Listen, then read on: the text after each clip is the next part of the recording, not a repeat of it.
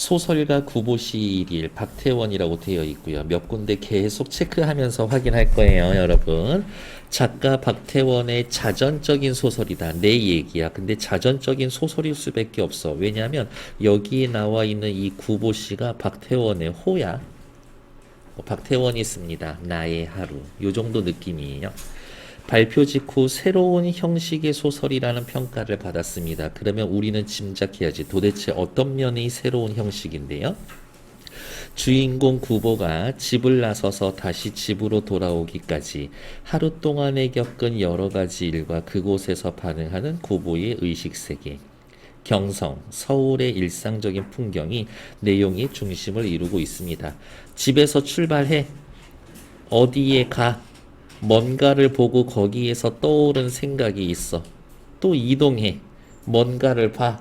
어디에서 떠오른 그곳에서 떠오른 뭔가를 생각해. 그리고 또 어디를 가. 뭐를 봐. 거기에서 떠오른 생각.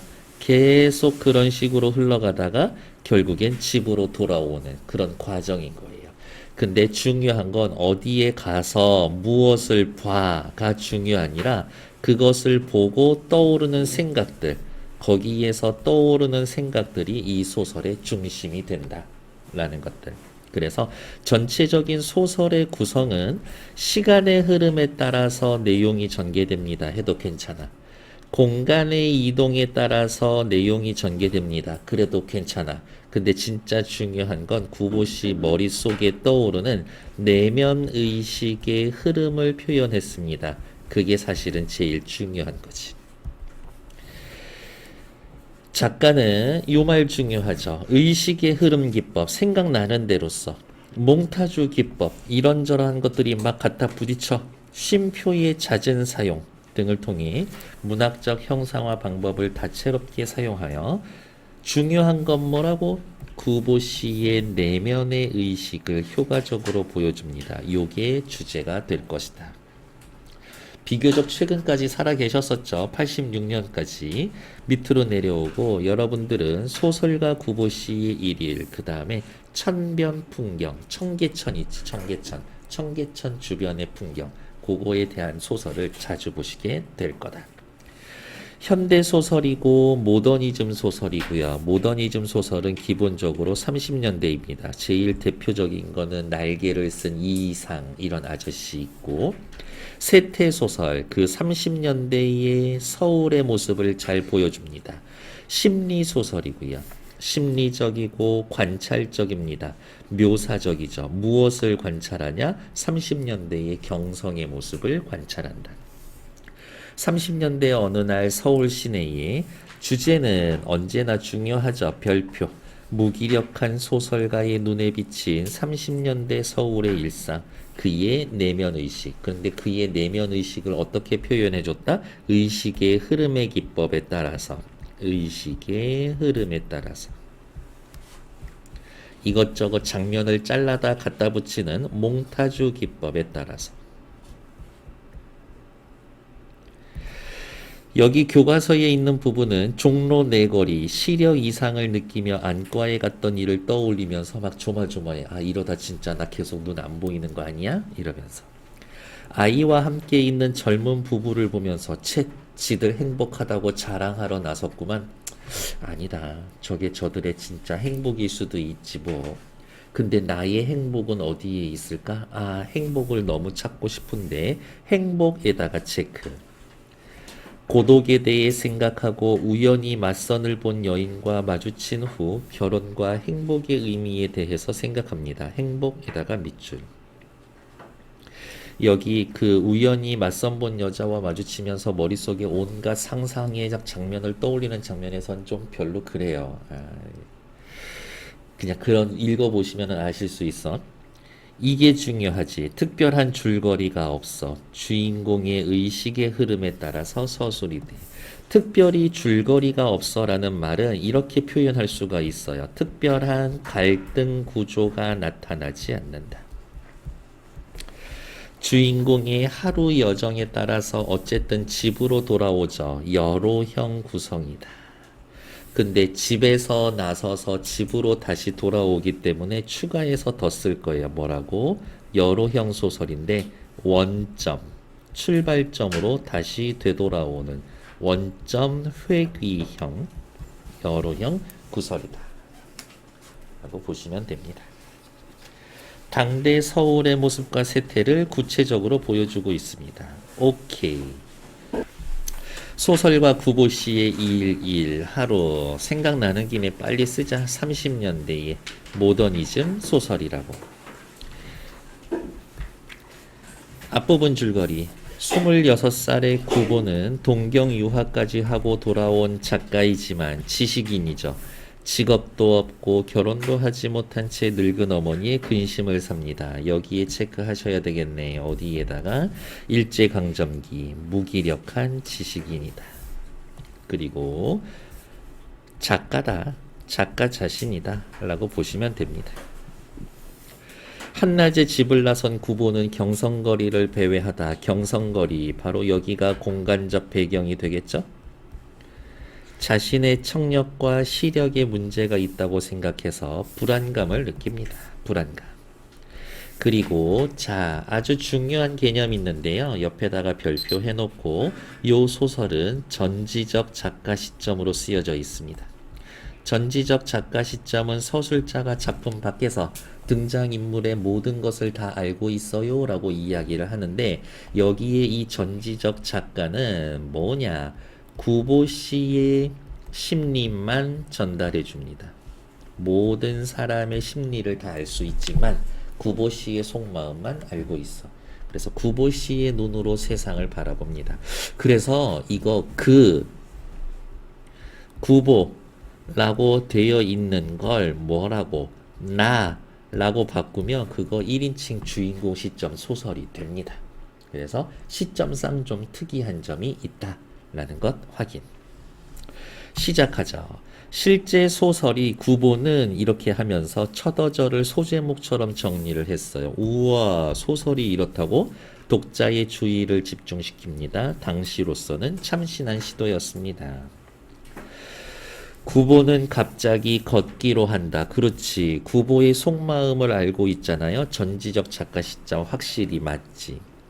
그렇게 우두커니 다리 곁에 가서 서 있는 것의 무의미함을 새삼스럽게 깨달았기 때문이다. 뭐뭐 한다, 까닭이다 라고 이야기를 하면서 옆으로 또 하나만 더 보자. 종로 내거리를 바라보며 걷는다. 현재형 서술을 하고 있습니다. 현장성을 느끼고요. 독자가 인물의 진행형을 따라가게 하는 효과를 주면서 세 번째 소설에 긴박감이 넘칠 일은 없지만 아무튼 독자로 하여금 소설에 집중하게 만들어줍니다. 구보는 종로의 내 거리에 아무런 사무도 갖지 않는다. 일이 없다. 특별한 볼일은 없다. 처음에 그가 아무렇게나 내어놓았던 바른 발이 공교롭게 왼쪽으로 쏠렸기 때문에 지나지가 않는다. 얘 종로 내거리를 왜 걷고 있을까요? 아무 이유가 없습니다. 논리적이나 인과적 관계가 있는 게 아니라 우연히 걸어가게 되었었던 겁니다. 그러니까 아무 생각이 없어. 이러한 것을 조금 확대해서 생각해 보자라고 하면 30년대의 이 지식인들이 특별한 삶의 목적이라든지 목표라는 것이 없구나. 살아가는 목표를 상실한 상태구나. 요거를 또 알 수가 있지. 갑자기 한 사람이 나타나 그의 앞을 가로지나간다. 깜짝 놀라. 구보는 그 사내와 마주칠 것 같은 착각을 느끼고 위태롭게 걸음을 멈춘다. 부딪혀서 다칠 뻔했어. 앞에 그림 보시면 알겠지만 구보씨 안경 쓰고 있거든요. 눈이 별로 좋지가 않다. 그리고 다음 순간 구보는 이렇게 대낮에도 조금의 자신의 가질 수 없는 자기의 시력을 저주한다. 눈이 나빠. 근데 단순히 눈이 나쁜 건 아니야. 그의 코 위에 걸려있는 24도의 안경은 그냥 두꺼운 안경이라고 합시다. 그의 근시를 도와주었으나 그의 망막에 나타나 있는 무수한 맹점을 제거해주는 재주는 없었습니다. 눈에 맹점이 있어. 눈동자가 요렇게 있으면 여기 이렇게 점점점점이 있어서 요 부분들이 잘 보이지를 않아. 이렇게 구멍 난 것처럼 보이는 거지. 총독부 병원 시대의 구보의 시력검사부는 어머 총독부라는 말을 통해서 아 요거 일제강점기였구나 시대적 배경을 짐작해 줄 수가 있죠. 구보의 시력검사포는 그저 우울한 뭐라고 써있냐면 안과 재래 안과 다시 올 환자들 책상 서랍 속에 들어있을지도 모른다. 오른쪽 4, 왼쪽 3인데 뭔지는 잘 모르겠어요. 그냥 시력이 나빠요 정도겠지. 구보는 2주일간 열병을 앓은 끝에 갑자기 쇠약해진 시력을 호소하러 저 눈이 나빠졌어요 라고 호소하는 게 아니라 그냥 여기에서는 검사받으러 갔습니다. 그 정도겠지. 2주 동안 아팠다고 눈이 그렇게 확 나빠지고 갑자기 안 보여? 평소에 몸이 좀 안 좋았었나 보네. 처음으로 안과의와 대하였을 때 그 조그만 테이블 위에 놓여있던 시야 측정기를 지금 기억하고 있다. 제 자신의 강도의 안경을 쓰고 있던 의사는 의사도 눈이 나빠. 백묵을 가져다가 그 위에 자 구보씨 당신 눈이 요렇게 있습니다. 맹점이 있는데요. 여긴 잘 안 보이는 데거든요. 어디에 맹점이 있냐면 이렇게 맹점이 있어요. 하면서 무수히 맹점을 찾아내었다. 이렇게. 백묵으로 이 점이 찍힐 때마다 구보씨는 너무 슬퍼지겠지. 그래도 구보는 약간 자신 있는 듯 싶은 걸음걸이로 전차 선로를 2번 횡단해서 화신상회 앞으로 갑니다. 어디가 있냐? 전차 선로. 화신상회. 역시 둘 다 시대적 배경을 나타내는 소재가 됩니다. 그리고 저도 지금으로 따지면 백화점, 그리고 저도 모를 사이에 그의 발은 백화점 안으로 들어가기조차 하였다. 저도 모를 사이에 어떠한 의도를 갖지 않고. 젊은 내외가 이제 구보씨 눈에 보이는 사람들이죠. 너댓살 되어 보이는 아이를 데리고 그곳에 가서 승강기를 기다리고 있었다. 여기 화신상회에 엘리베이터가 처음 생겨서 시골 내려온 사람이 전차 타고 화신상회 가서 엘리베이터 한 번 타고 그거 하려고 돈 모아서 개도 하고 그랬었어. 이렇게. 지금으로 따지면 서울 가서 엘리베이터 여기 승강기라는 거 타봐야지 라고 하면서 적금 드는 그런 시절이었었던 거지. 이제 그들은 누구 젊은 내외는 그들의 오찬 점심 식사를 즐길 것이다 라고 구보가 상상하는 거지. 구보의 상상이에요. 구보의 머릿속에 들어가 있네요. 확실히 전지적 작가 시점 맞구만. 흘낏 구보를 본 그들 내외의 눈에 에헴 어때? 우리 행복하지? 자랑하고 싶어 하는 마음이 엿보였는지도 모른다. 근데 요즘 구보 씨의 최대 인생 관심사는 행복이거든. 어떻게 행복을 찾을 수 있지? 나의 행복은 어디 있나? 라고 생각하던 참에 내 눈앞에 저렇게 행복해 보이는 내외가 나타난다라는 건 너무 부러우면서 한편으론 짜증날 수도 있고 채 니까지 것들 이런 생각이 복잡하게 들 거예요. 그렇게 드는 생각이 이 소설에서 중요한 거라고. 젊은 내외를 봤다가 중요한 게 아니라. 옆 페이지. 구보는 그들을 업신여겨 볼까 하다가 문득 생각을 고쳐서 그들을 축복해 주기로 하였다. 벌써 4, 5년 이상을 살아왔으면서 저 부부는 저렇게 결혼을 해서 애가 있을 정도인 거니까 4, 5년 정도는 살았겠지? 그런데도 저렇게 오히려 새로운 기쁨을 가져 이렇게 거리로 나온 젊은 부부는 구보에게는 한편으로 좀 다른 의미로서의 부러움을 느끼게 했는지도 모른다 라고 하지만 구보 씨는 부러움을 느낀 건 맞지. 그들은 분명히 가졌고 그리고 그들은 그곳에서 당연히 그들의 행복을 찾을 게다. 옆에다가 한마디 더 쓸 거예요. 뭐라고? 구보와는 달리. 구보와는 달리. 이렇게. 구보 씨는 생각하지. 나 행복하지 않고 내 행복은 어디 있을까 자꾸 찾으러 가려고 하는데 쟤네들은 왜 이렇게 대놓고 행복해 보이지? 작품의 내용과 당대 현실. 작품의 내용. 소설가 구보 씨가 하루 동안 경성거리를 배회하면서 밑줄 보고 느낀 것을 서술합니다.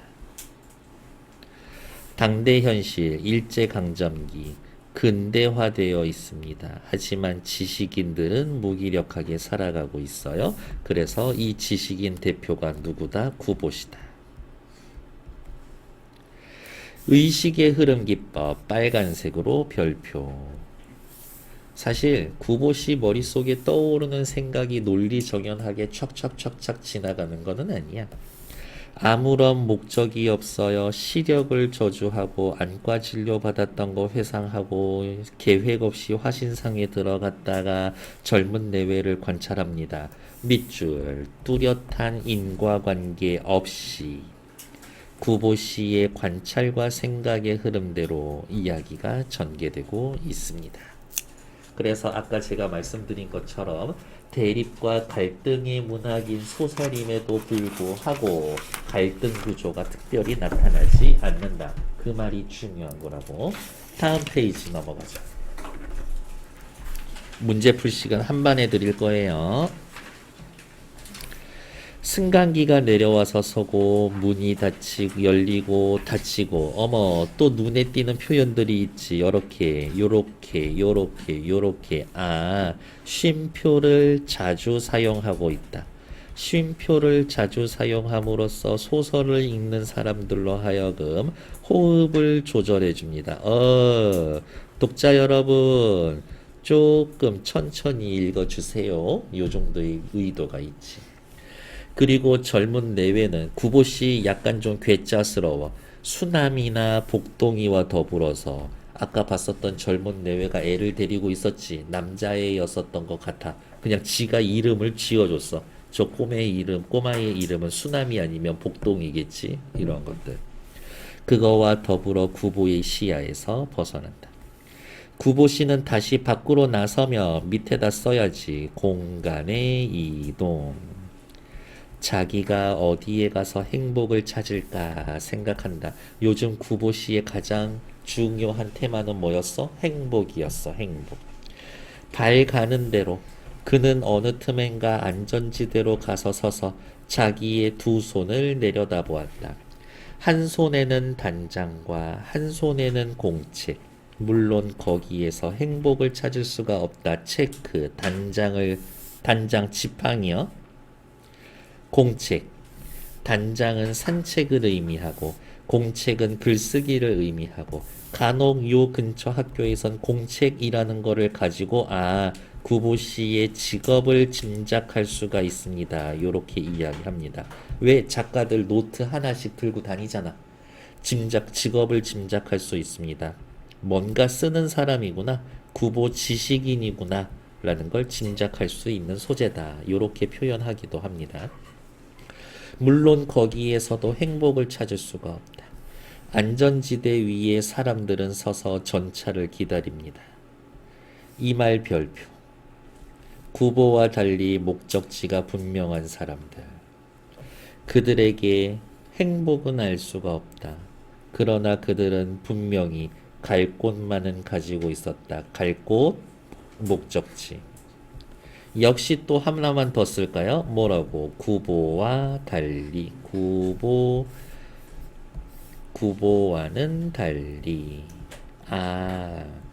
다른 사람들하고의 차이점이 계속 나오죠. 구보 씨는 삶의 목적이 딱히 있지도 않고 어디에 가야 할 목적지도 없고 행복이 뭔지도 잘 모르고 전차가 왔다. 사람들은 또 내리고 탔다. 구보는 잠깐 멍하니 그곳에 서 있었다. 정도로 봐서 전체적으로 어때요? 요만큼 괄호해놓고 위에다 써놓을까요?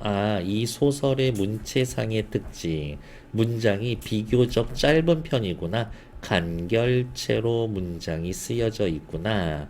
라고 하나만 더 써놓도록 할게요.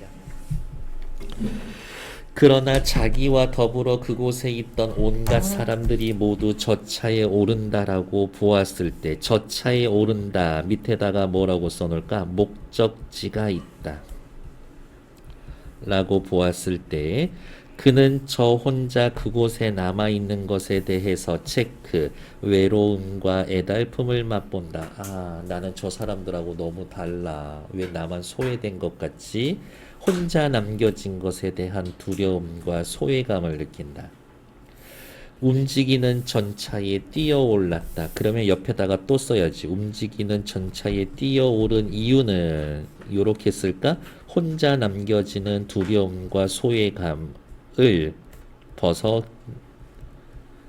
벗어나기 위해서, 소외감에서 벗어나기 위해 일단 다짜고짜 사람 많은 전차에 올라타는 거지. 아까도 계속 이야기했지만 전차는 시대적 배경을 나타내는 소재가 된다. 시대적 배경이 언제인데요? 30년대. 전차 안에서 역시 어떻게 해요? 소설 요렇게 한 파트 제목을 요렇게 해놨죠. 당시로선 굉장히 센세이션했다. 굉장히 당시로선 참신했다. 라고. 구보는 우선 제 자리를 찾지 못한다. 자꾸 확인해야 돼. 어때? 쉼표 엄청 자주 쓰이고 있죠? 이러한 것들. 제자리를 찾지 못합니다. 하나 남았던 좌석은 그보다 바로 한 걸음 먼저 저 차에 오른 젊은 여인에게 점령당했다. 어머, 원래 지 것도 아니면서 점령당했다. 뺏겼다고 생각하고 있어. 구보는 차장대 가까운 한 구석에 가서 자기는 대체 이 동대문행 차를 타고 어디까지 가야 할 것인가를, 대체 어느 곳에 행복이 자기를 기다리고 있을 것인가 생각해 봅니다. 계속 어떻게 행복 이거지. 구보시라는 단어만큼 행복이라는 단어가 엄청 자주 나올 겁니다. 그러니까 구보씨에게 행복이란 어떤 의미가 있습니까? 찾는 거는 엄청 중요하다고. 대체 어느 곳에서 행복이 자기를 기다리고 있을 것인가 라고 생각해 본다. 행복을 원하지만 체크하고 별표, 행복을 구하는 데에는 소극적인 태도를 보이고 있다. 빨간색 별표. 행복하고 싶어요 라고 하지만 구체적으로 적극적으로 행동하고 있지는 않아. 이제 차는 동대문을 돌아 경성운동장 앞으로 해서 점점점점점점 한 번 더 쓰죠. 공간이 계속 이동하고 있습니다. 하지만 공간 이동하는 것 자체가 중요한 게 아니야. 거기에서 보고 무엇을 느끼냐가 중요한 거지. 구보는 차장대, 운전대로 향한 안으로 파란 융을 받쳐댄 창을 봅니다. 전착과 그곳에 뉴스를 게시합니다. 그러나 이 사람들은 요사이 축구도 야구도 하지 않는 모양입니다. 전체적으로 사회의 분위기가 약간 무거운 분위기. 사람들 모두가 약간은 좀 무기력해 보는 느낌. 사회 전체가. 장충단으로, 청량리로, 성북동으로, 그러나 요사이. 그리고 장충단 요것도 시대적 배경을 나타내는 소재가 됩니다. 고종이 나라를 위해 죽은 사람들을 위해서 군인들 기타 등등을 이게 모시기 위해서 만들어 놓은 재단 같은 거거든. 이렇게. 하지만 여기에서 그 경비하는 군인들 같은 경우에는 나라 지키지 않고 쓸데없는 허례허식을 합니다. 라고 해가지고 조금 비판의 대상이 되기도 합니다. 맨날 제식 훈련만 하고 있거든. 그러나 요사이 구보는 교회를 즐기지 않는다. 그곳에는 자연이 있고 한적함이 있다. 그리고 고독조차 그곳에는 준비되어 있었다. 체크.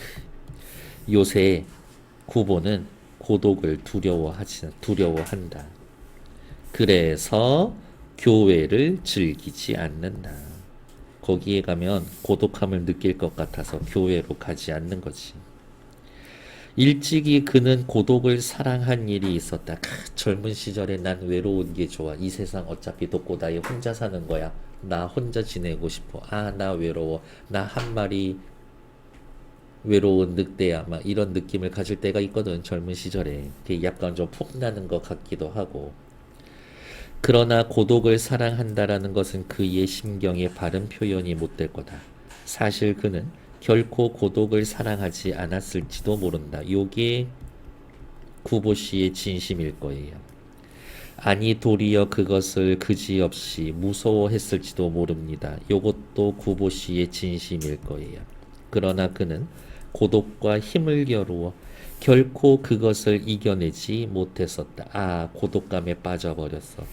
그런 때 구보는 차라리 고독에게 몸을 떠맡겨버리고 그리고 자기는 고독을 사랑하고 있는 것이라고 꾸며왔었을지도 모를 일이다 라면서 지금 이 단락에서는 구보 씨의 심리를 전달해주고 있죠. 누가? 서술자가.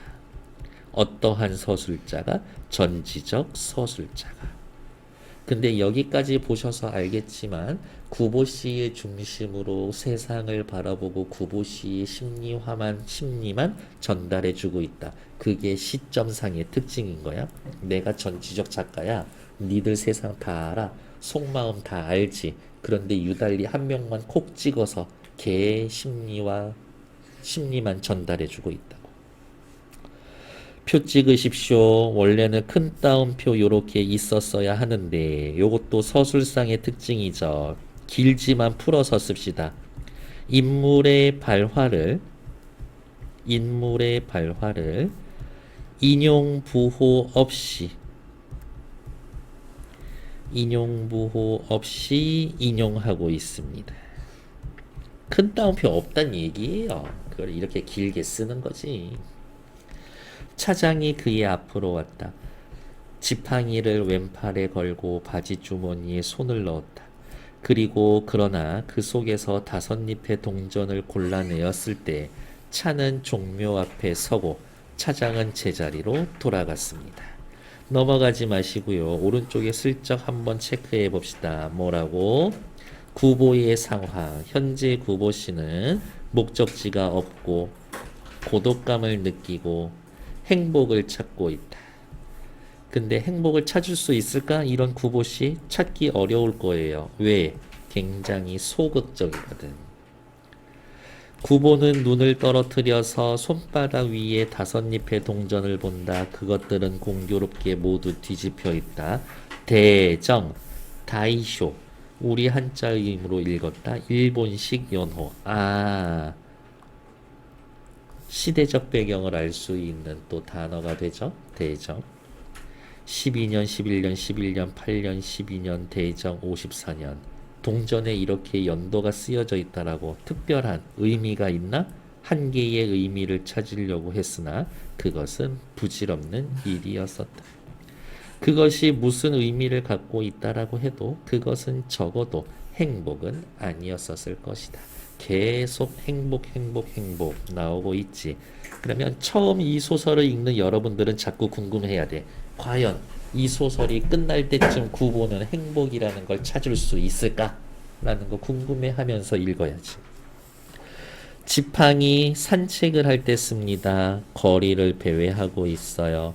공책 관찰한 걸 메모합니다. 소설가. 아, 직업을 짐작할 수가 있구나. 밑에 나와 있는 문체상의 특징 중요한 얘기죠. 빨간색 별표. 현재형 어미를 사용하고 있습니다. 현장감 드러내고요. 인물의 내면의식 나타냅니다. 쉼표를 씁니다. 리듬감을 주고요. 심리를 섬세하게 드러냅니다. 독자들로 하여금 책을 읽는 호흡을 조절할 수 있게 해줍니다. 만연체 문장, 짧은 부분도 있지만 긴 부분들도 있어요. 정돈되지 않은 인물의 사유전개 과정을 그대로 전달됩니다. 왜냐? 요것이 구보씨라고 하는 사람의 의식의 흐름을 표현하는데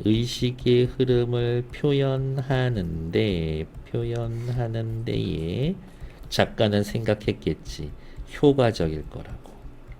여러분들 머릿속에 떠오르는 생각들을 막 글로 써본다라고 하면 정리되지 않고 문장 마무리되지 않고 주어 서술어 없이 그렇게 끝없이 문장이 계속 이어질 거니까 원래 너네 속으로 생각하면 그렇게 생각하지 않냐? 이런 얘기를 해보고 싶었었던 거지. 다음 페이지 넘어갈게요.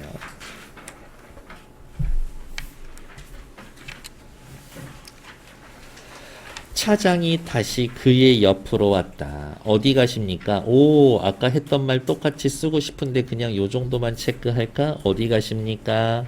큰 따옴표. 구보는 전차가 향해 가는 곳을 바라보며 문득 창경원에라도 갈까라고 생각합니다. 창경궁을 이 외놈의 새끼들이 그냥 조선 왕실의 권위를 떨어뜨리기 위해서 공원처럼 만들어 놨었지. 창경원 역시 시대적 배경이 나타납니다. 그래서 지금도 한참 나이 많은 할아버지들은 창경원이라고 그래요. 그러나 그는 차장에게 아무런 사인도 하지 못했다. 목적지가 없어서. 갈 곳을 갖지 않은 사람이 한번 차에 몸을 의탁했을 때 그는 어디서든 섣불리 내릴 수가 없었다. 중요한 말 나오네요. 뭐라고? 방향성을 상실한 구보. 당대 지식인의 무기력한 모습. 목적지가 없습니다. 당대 지식인들은 왜 이렇게 무기력했었을까?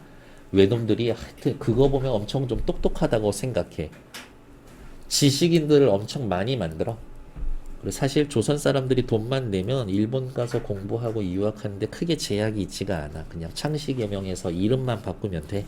이렇게 시험을 막 엄청 빡세게 보거나 막 그랬었던 거는 아니야. 그렇게 해서 지식인들을 엄청 양산해 놓는 거지. 백수가 되는 거지. 조선 사람들로 하여금 생각하는 거야. 많이 배워봐야 소용이 없어. 돈지랄 하면서 유학하고 공부했는데 제 집에서 놀고 있는데 차라리 이렇게 그냥 부둣가에서 노가다 하는 게 훨씬 낫지. 그래도 우리는 굶을 생각은 굶을 걱정은 없잖여. 사람들의 의식을 그렇게 만들고 싶었었던 거지. 이렇게. 양아치 새끼들. 차는 서고 또 움직였다. 구보는 창밖을 내다보며 문득 대학병원에라도 좀 들를까? 라고 생각해본다. 연구실에서 벗은 정신병을 연구하고 있었다. 자, 여기 또 간만에 나왔으니까 한번 또 체크할게요. 어때? 쉼표 엄청 많이 나오고 있지. 그를 찾아가 좀 더 다른 세상을 구경하는 건 행복은 아니어도 어떻게든 한계의 일일 수가 있다. 심심한데 친구나 만나러 갈까? 뭐 이런 느낌이지. 구보가 머리를 돌렸을 때 이제 또 다른 사건이 하나 시작이 될 거예요. 그는 그곳에 지금 막 차에 오른 듯 싶은 한 여성을 보고 신기하게 놀랐다. 한 여성. 옛날에 한번 만났던 여자야. 집에 돌아가 어머니에게 오늘 전차에서 어머니 예전에 그 색시 만났어요 하면 어머니는 어머 그래서 하고 그 뒤를 케어 물을 것이다. 만약 오직 그뿐이라고 말한다면 그냥 봤다고요. 에이, 주변머리 없는 놈이라고 책할지도 모른다. 그러나 누가 그 일을 알고 아드님 굉장히 쫄하시네요 라고 말한다면 어머니는 아유 우리 아들이 원체 얌전해서 그렇게 변호를 할 것이다. 구보씨가 오늘 여자를 만났죠? 옛날에 한번 봤었던 여자. 집에 가서 그 얘기를 하면 어머 옛날에 선 봤던 그 색시 말하는 거야? 어떻게 얘기 좀 하고 다시 얘기 좀 잘 해보지 그랬어. 아니에요 그냥 봤다고요. 에이 들떨어진 자식. 누가 이 얘기를 듣고 아드님 되게 쪼잔하고 소심하시네요 라고 하면 그런 건 아니고 변명해 줄 거다. 뭐 요런 느낌인 거지. 마치 어머니의 느낌은 까도 내가 까겠다 이런 느낌? 그 정도죠. 하고 생각해 본다. 역시 요렇게 소설 또 한 파트가 시작을 하고 있죠. 밑에 보시면 여기서부터 밑에 여기 요 파트까지 의문과 가정의 문법이 있습니다. 가서 직접 말을 걸어보는 적극성을 보이는 게 아니라 속으로만 생각하고 있는 그런 장면이 나오거든요. 구보의 소극적인 행동력, 관념적인 태도를 반영합니다. 동시에 이 말 중요하죠. 서술자가 구보의 시점에서 서술하고 진행하고 있습니다. 전지적 서술자가 구보의 심리만, 구보의 시선에서 구보의 생각만 전달해 줍니다. 이게 소설에서 굉장히 중요한 파트라고. 혹은 그녀도 그를 보았을지 모른다. 전차 안에 승객은 결코 많지 않았고 그리고 자리가 몇 군데 비어 있음에도 불구하고 구석에 가서 서 있는 사람이란 남의 눈에 띄기 쉽다. 저 여자가 나를 못 봤을 리 없는데 여자는 응당 자기를 보았을 게다라고 구보가 생각하는 거지. 그 여자가 실제로 구보를 받는지 안 받는지 확실하지 않아. 그러나 여자는 능히 자기를 알아볼 수 있을까? 그거는 의문이다. 작년 여름에 한 번 만났으니까 1년이라도 길에서 얼굴을 대한 일이 없는 남자를 여자는 그렇게 쉽사리 여자는 알아내지 못할 거다. 여러분들 1년 전에 소개팅 해가지고 딱 한 번 만나본 애 기억해요? 그러나 자기가 기억하고 있는 여자에게 자기의 기억이 없으리라고 생각하는 것은 나는 쟤를 기억하는데 쟤는 나를 기억 못해? 누구에게 있어서든 외롭고 쓸쓸한 일이다. 외롭고 쓸쓸하다. 이거는 구보 씨의 심리죠. 구보는 여자와의 회견 당시 자기의 그 대담함 혹은 뻔뻔스러운 태도와 화술이 적잖이 인상을 주었으리라고 생각하고 이 구보 씨가 나는 말을 엄청 재미있고 잘하고 말을 한번 하면 상대방의 호감을 얻을 수 있지. 굉장히 평소에 자신감이 있어. 이렇게. 그리고 여자는 때때로 자기를 생각해주고 있었다고 믿고 싶었다. 저 여자는 나를 가끔 생각했었을 거야. 그랬으면 좋겠다라고 생각했었대. 그럴 거면 연락을 하든가. 그래서 제가 늘 말씀드리죠. 좋아하는 남학생, 여학생 있으면 일단 가서 고백하고 보라고. 그리고 나서 체이면 빨리 다른 사람 찾아가. 혼자서 속 아리야 할지 말고. 한두 번쯤은 속 앓는 그녀에게 내 마음을 고백할까 말까 그렇게 고민도 해보고 이렇게 한 번쯤은 해보는데 계속 그런 식으로 하면 안 돼. 사랑은 쟁취하는 거야. 어처구니 없겠지만 저는 대체로 고백받은 스타일이었어요. 믿지 않겠지. 그는 분명히 나를 보았고 그리고 나를 나라고 알았을 거다. 그러나 그는 지금 어떠한 느낌을 가지고 있을까? 너무 궁금해. 저 여자 봤을까? 봤을까? 나 기억할까? 나에 대해서 어떻게 생각하고 있었을까? 너무 궁금. 그는 결코 대담하지 못한 눈초리로 비스듬히 두 칸통 떨어진 곳에 앉아있는 여자의 옆 얼굴을 곁눈질했다. 힐끗 쳐다보고 있지. 어때? 굉장히 소심하고 소극적이고 자신감이 없습니다. 그러면 여기 그는 곁눈질을 했습니다. 요거는 구보 씨의 행동을 묘사함으로써 성격을 간접 제시해주고 있는 부분이지. 굳이 간접 제시할 필요가 없음에도 불구하고. 그러나 다음 순간 그와 눈이 마주칠 것을 겁내서 시선을 돌리며 여자는 혹은 자기를 곁눈질한 남자의 꼴을 곁눈으로 느꼈을지 모르겠다고 그렇게 생각해 본다. 저 여자 내가 이렇게 힐끗힐끗 쳐다보고 있는 거 눈치챘겠지? 그 사람의 그런 느낌 너무 신기하지 않냐? 누가 나 쳐다보고 있는 듯한 느낌? 이렇게 눈에도 뭔가 힘이 있는 것 같다. 여자는 남자를 그 남자, 옛날에 선 한번 봤었던 그 남자라고 생각을 하고, 그리고 남자가 자기를 그 여자라 안 것이라고 알고 있을지 모른다. 어머, 옛날에 나랑 선 봤었던 남자네. 쟤도 나 기억하겠지? 라고 할지도 모른다. 이러한 경우 나는 어떠한 태도를 취해야 마땅할까 하고 구보는 그러한 것에 머리를 썼다. 여기에다가는 작은 따옴표. 나는 어떠한 취도를 해야 마땅할까 작은 따옴표 하고 구보는 그런 것에 머리를 썼었다. 여러분들이라면 어떻게 할 거예요? 아주 오랜만에 뵙습니다 라고 해서 인사하러 갈 거야? 나는 아는 척하기 쉽지 않을 것 같은데 옛날에 소개팅 했다가 잘 안 됐었으면 거기 가서 또 해가지고 이번에 그러면은 저 차라도 한잔 할까요? 라고 하면 상대방은 생각하겠지. 이 새끼 그때는 나 별로 마음에 안 든다라고 해가지고 애프터 신청도 안 해놓고 그 이후로 사람 못 만났구만. 그런 생각할 수가 있겠지. 구보는 그러한 것에 머리를 썼다. 아는 체를 해야 옳을지도 몰랐다. 그래서 저 여기 소설 읽으면서 계속했어요. 제발 아는 척하지 마. 더 이상 찌질해지면 안 돼. 막 이러면서. 혹은 모른 채 하는 게 정당한 인사일지도 모른다. 그렇지. 모른 척 해야 돼. 하지만 이럴까 아는 척 할까 말까 체크 결정력이 부족하고 우유부단하다. 라는 것들 체크해 놓죠. 그 둘 중에 어느 편을 여자는 바라고 있을까 그것을 알았으면 했다. 그러다가 갑자기 그러한 것에 마음을 태우고 있는 자기가 괴이하고 우스워. 아참 나 병신 같아. 나는 오직 요만한 일로 이렇게 흥분할 수가 있었던가 하고 스스로 의심해 보았다.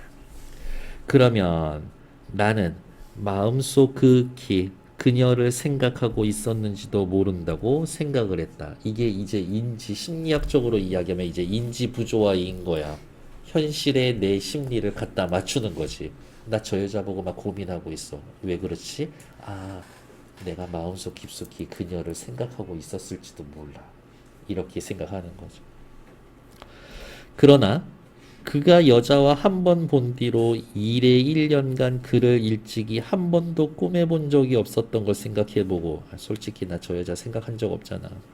자기는 역시 진정으로 그를 사랑하고 있는 것은 아닌지도 모르겠다고 그런 생각이 들었다. 와, 갑자기 급발진하고 있죠. 사랑까지 갔어.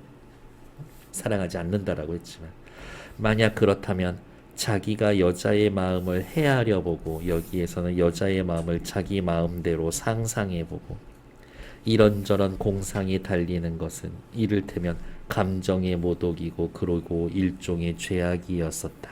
아, 그녀에 대한 마음이 진실하지 않은 채에 그녀의 마음에서 생각하는 건 일종의 죄악일 수도 있다. 그런 거야. 내가 진짜 쟤를 너무 좋아해. 그 상태에서 제 마음은 어떨까라고 상상하는 건 괜찮지만 나는 걔에 대해서 아무런 뭐 연애 감정이 없는 상태에서 쟤는 나에 대해 어떨까 생각하는 건 일종의 좀 죄악처럼 느껴질 수 있다라고 이야기를 하는 거죠. 옆에 오른쪽 볼게요. 뭐라고 나와 있어요? 구보 씨의 심리. 여기 오른쪽 여자의 심리에 대해 감정에 진실하지 않은 채 여자에 대해 공상하는 것은 감정의 모독이고 일종의 죄악이라고 나 이러면 안 돼. 자조적인 태도로 자신을 바라보고 있습니다. 구보 스스로 이야기하는 거지. 너 그런 식으로 마음의 죄를 짓지 마. 구보 씨의 성격. 여자와 시선이 마주칠까 걱정하죠. 자기를 알아본 여자가 어떤 느낌일지 궁금하고 아는 채 할까 말까 망설이고 있죠. 체크. 우유부단하고 소심하고 지나치게 사색적이다. 좋게 이야기하면 신중하다고. 근데 좋게 얘기하긴 좀 힘든 것 같아요. 서술상의 특징 늘 중요하다라고 그랬죠. 하나 별표. 구보에 초점을 맞춰져 있습니다. 밑줄 서술자가 구보의 시각에서 사건을 인식하고 서술합니다. 구보의 눈으로 세상을 바라봅니다. 그래서 아까 말씀드렸죠. 구보, 그라는 단어를 나라고 바꿔도 이 소설 된다고. 1인칭 시점과 유사한 효과를 줍니다. 목적은 뭐예요? 독자가 구보의 내면 심리를 잘 알 수 있게 해줍니다. 여기 별표. 독자가 구보의 내면 심리를 잘 알 수 있게 해줍니다. 별표. 다음 페이지. 조금만 더 하고 쉴 수 있어요.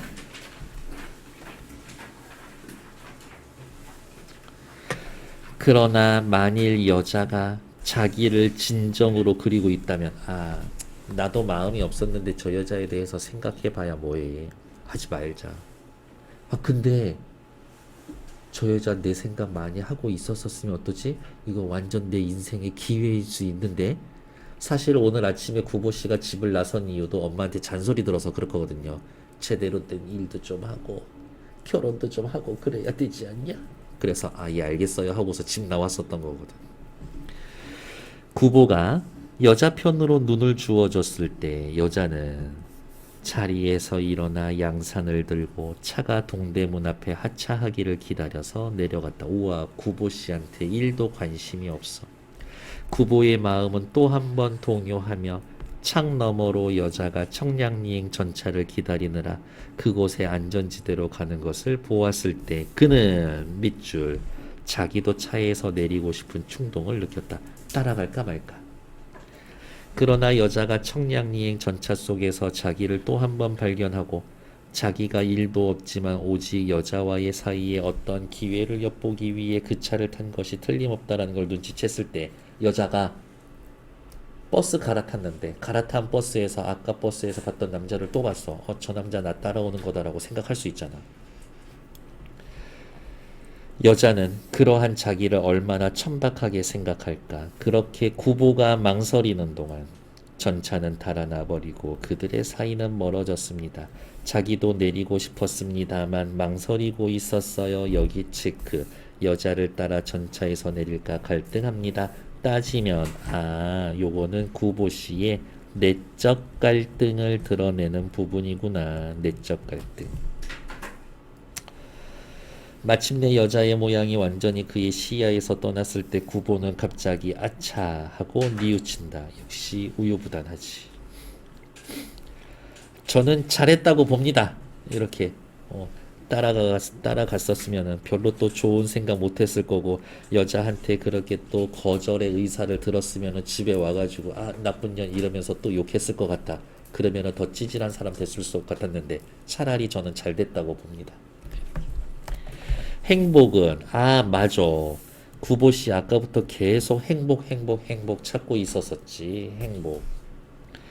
그가 그렇게도 구하여 맞이 않던 행복은 그 여자와 함께 영구히 가버렸을지도 모른다.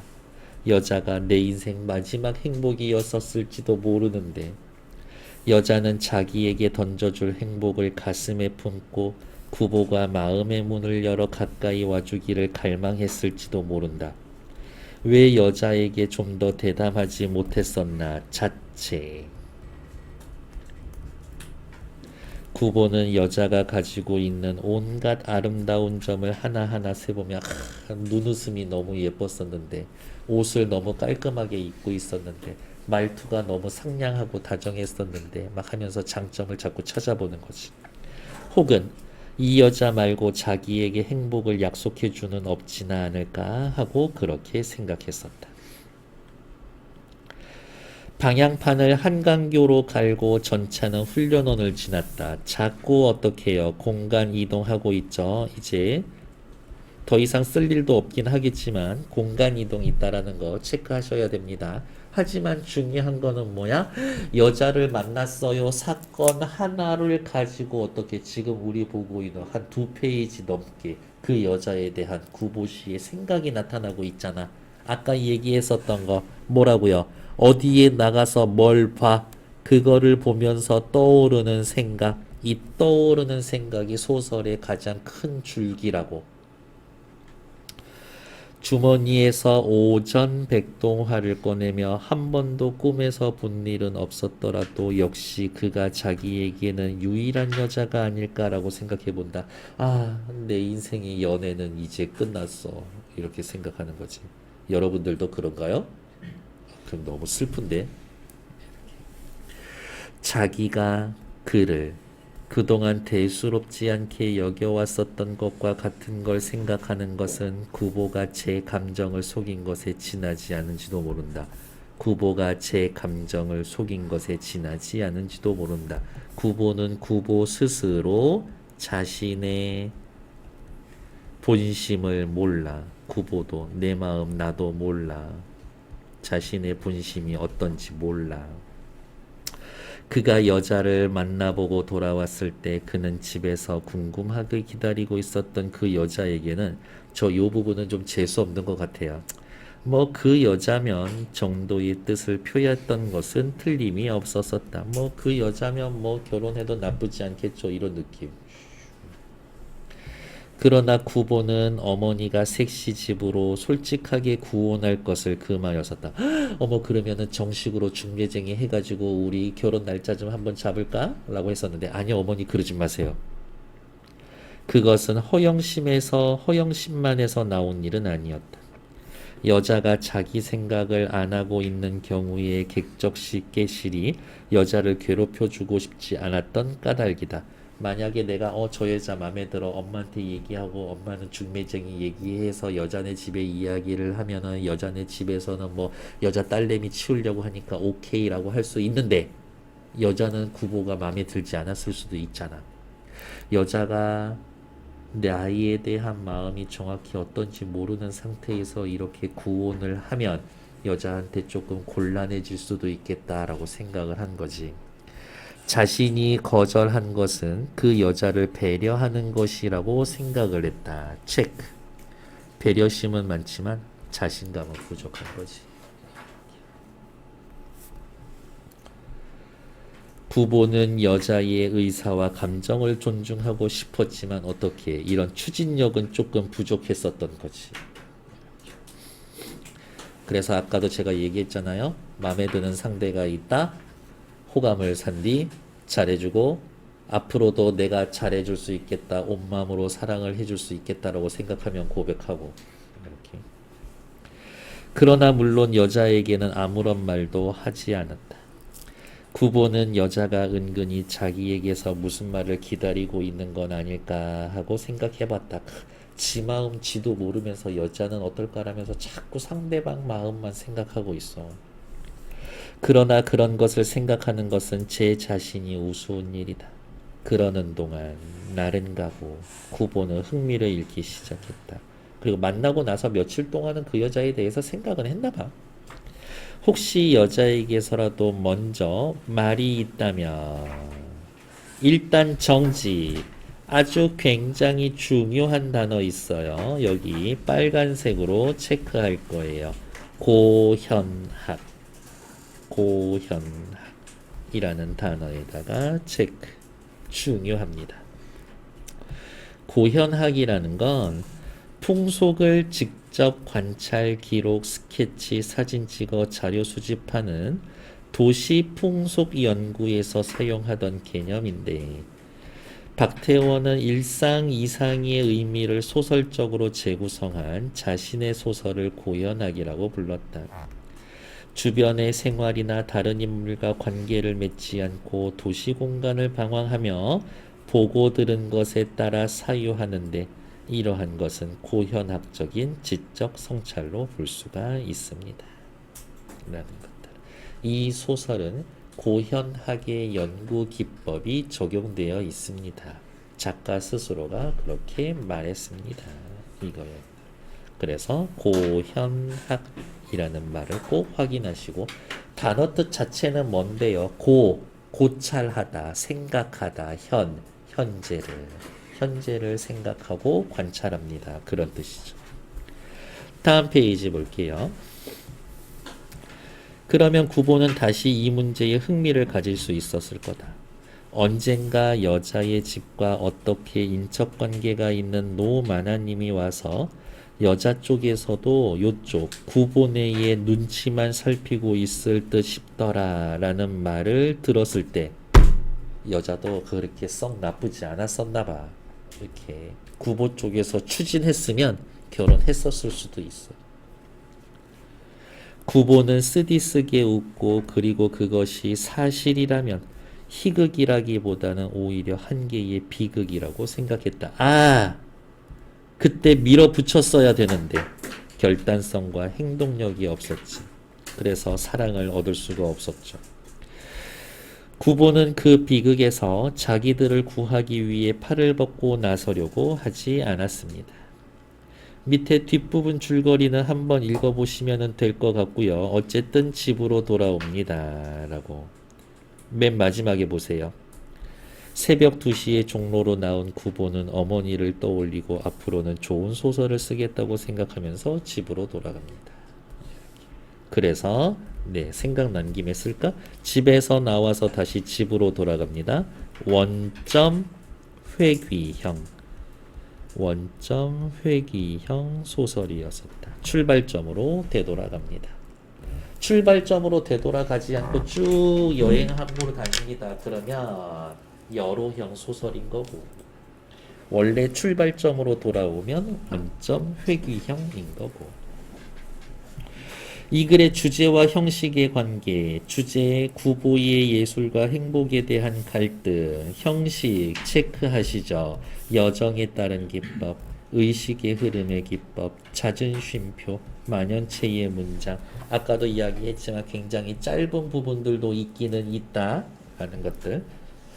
30년대 무기력한 지식인의 고독함과 내면 풍경이, 요 말 형식적 특성과 내용이 유기적으로 잘 연결되어 있습니다. 그러니까 주제와 형식이 잘 어울려요. 그러면 되는 거지. 이렇게. 어떻게 보면 이게 뭐? 라고 하겠지만 소설이라는 것은 그러한 가치가 있는 것이다 라고 확인해 놓으시면 되겠지. 됐고 44, 45페이지 금방 하고 잠깐 마무리 지어서 쉴 수 있어요. 중요한 거 없습니다. 중요한 거라기보다는 어려울 게 없지. 구보씨의 성격 어때요? 밑에 나와 있는 거 우유부단하고 소심합니다. 그거 찾으시면 되겠고, 밑으로 내려와서 2번 구보씨는 예전에 만났던 여자를 생각하고 그것에 대해 구보의 생각을 정리해 봅시다. 한번 읽어보시면 됩니다. 구보가 서울거리를 배회하며 밑줄 궁극적으로 소망하는 건 뭐였지? 한단하면 끝나죠. 뭐? 행복. 행복에 대해 생각하고 행복을 찾고 싶어요. 끝. 다음 페이지. 이 소설은 의식의 흐름 기법으로 쓰여졌다라고 하죠. 스트림 오브 컨시언스니스, 발음 저렴하죠. 등장인물의 의식, 생각의 흐름에 따라 이야기를 전개해 나갑니다. 머릿속 생각을 작은 따옴표 없이 줄줄줄줄 써내려가는 겁니다. 이를 활용한 소설은 외부적 사건에 따라 이야기를 전개하는 동안 등장인물의 대신 사고, 기억, 연상과 같은 내부적인 이야기를 중심으로 이야기를 전개해 나갑니다. 그러므로 체크. 등장인물이 보고 들은 사실보다 그걸 계기로 생각하게 되는 내용이 서술의 중심이 된다. 이 말이 중요한 말이지. 작품에 나타나 있는 문체상의 특징, 만연체의 문장의 길이가 길고 쉼표가 잦습니다. 문장이 긴 이유는 정돈되지 않은 사유의 전개를 논리적 과정을 거치지 않고 그대로 드러냅니다. 쉼표를 자주 썼다라는 것은 리듬감을 주고 인물을 섬세하게 심리를 묘사해 줍니다. 이 서술 방식과 문체가 주제를 전달하는데 잘 드러내 줍니다. 끝. 됐고. 다음에 나와 있는 거 오케이 됐고 우리 10분만 쉬었다가 할게요.